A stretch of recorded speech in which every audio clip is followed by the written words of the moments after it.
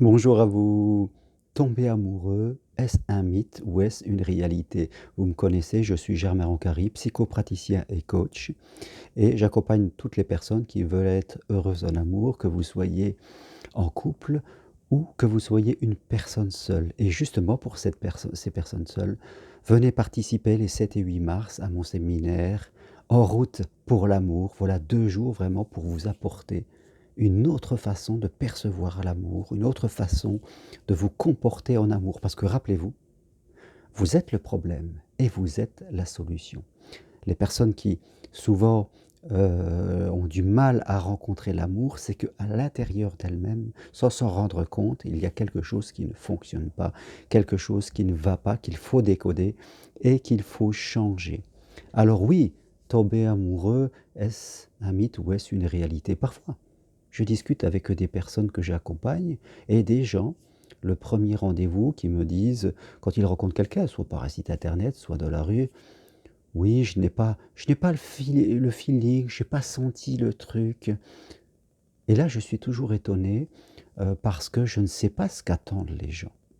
Qu'est-ce qu'ils attendent? Est-ce que, ils attendent d'être, je dirais, sous une émotion? Ils attendent de tomber amoureux? Ils attendent de tomber, d'avoir un feeling, d'avoir quelque chose? Je ne sais pas, tout cela, ça me paraît très, très flou, et je crois que beaucoup de personnes, vont ainsi saboter leur première relation, leur capacité.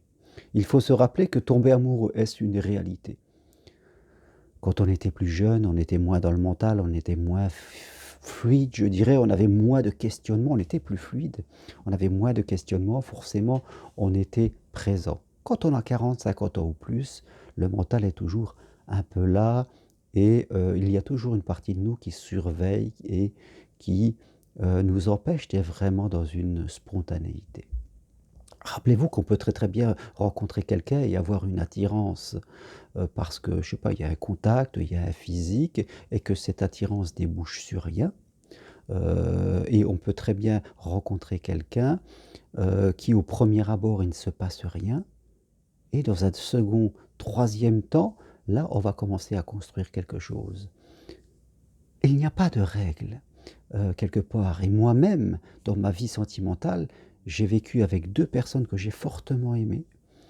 Et dont les premiers pas ont été plutôt une mésentente, je dirais, une incompréhension. Et c'est après, au bout d'un certain temps, que, j'ai commencé à découvrir une personne et à tomber vraiment amoureuse d'elle, à l'aimer.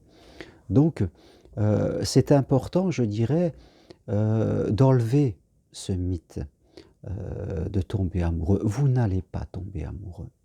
Vous pouvez avoir une attirance, une synchronisation qui, fin de compte, peut mener sur une histoire ou peut ne pas mener sur une histoire.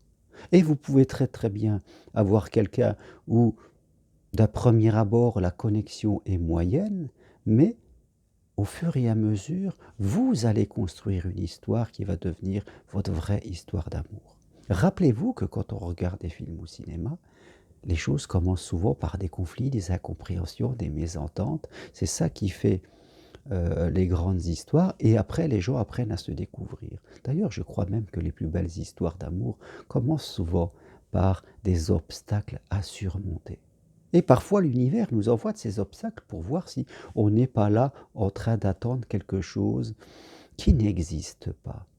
Moi je crois que, et rappelez-vous, on ne cherche pas à tomber amoureux.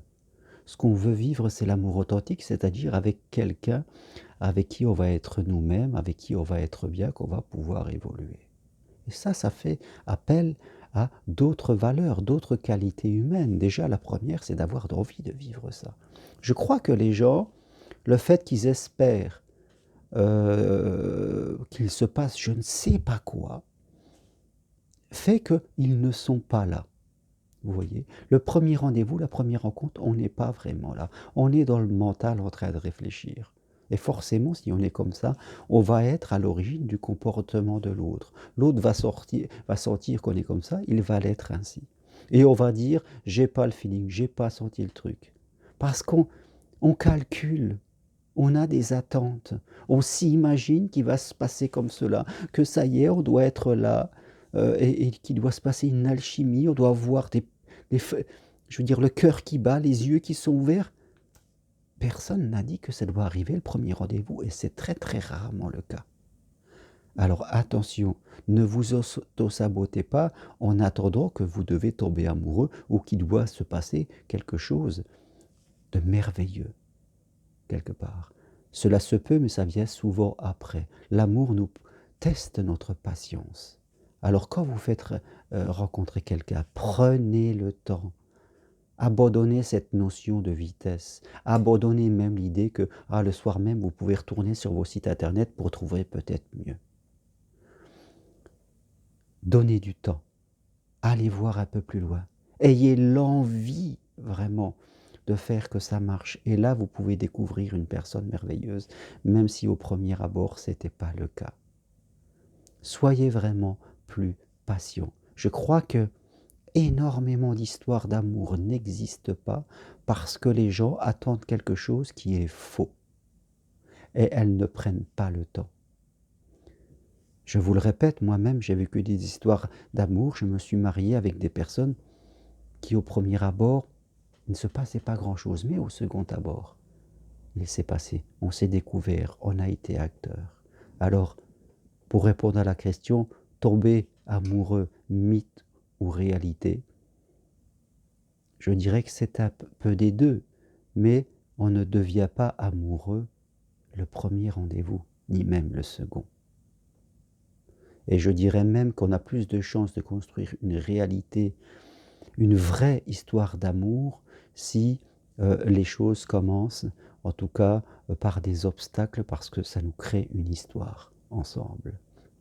Alors prenez le temps et n'attendez surtout pas, si vous rencontrez quelqu'un, qu'il se passe quelque chose de merveilleux. L'important, c'est d'être à l'aise, d'être souriant, de s'intéresser à l'autre et d'essayer de faire que l'autre soit dans la même situation. L'important, c'est d'être clair dans ce que vous voulez, de montrer de la joie, de l'envie, d'exprimer avec des mots simples que vous voulez vivre une belle histoire. Et là, vraiment, si vous êtes deux, vous allez commencer à le début d'une belle histoire. Mais ne soyez pas dans les jugements.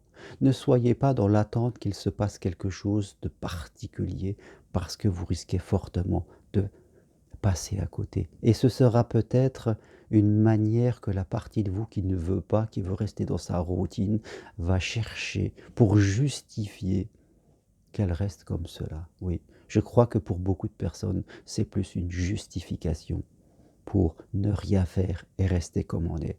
Méfiez-vous de votre mental, qui est le pro de l'auto-sabotage.